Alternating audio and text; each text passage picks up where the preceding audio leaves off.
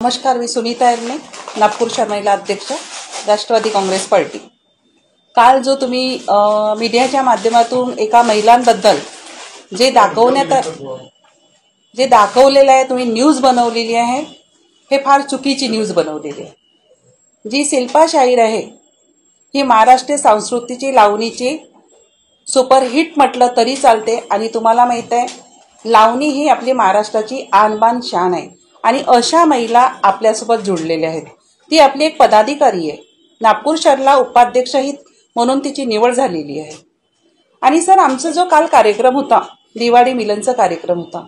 आज दिवाळी मिलन म्हणजे असं मिलनचा कार्यक्रम असते, आणि कारण आमचा एवढा सुंदर कार्यक्रम केला की आम्ही प्रत्येक महिलांनी त्याच्यामध्ये डान्स केलो, संगीत म्हटलं आणि लावणी। ज्या महिलांकडनं जे गुण आहेत ते काल दाखवण्यात आलं। तर तिथं आमचं पूर्ण परिवार होतं। परिवाराच्या समोर काय आपण आपल्या कला दाखवू शकत नाही? हे काही चूक आहे? हे गलत आहे?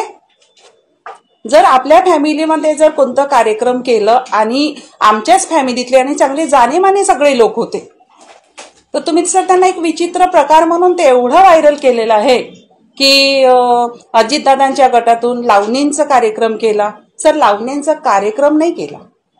काल माझ्या सगळ्या पदाधिकारी आल्या, मी म्हटलं बा, तिचं आत्ताच एक लावणी जी आहे आत्ताच तिची एक रिलीज झाली पुन्हा, तर म्हटलं तू थोडंसं हा मनोरंजन, दिवाळी मिलन म्हणजे मनोरंजनचा कार्यक्रम।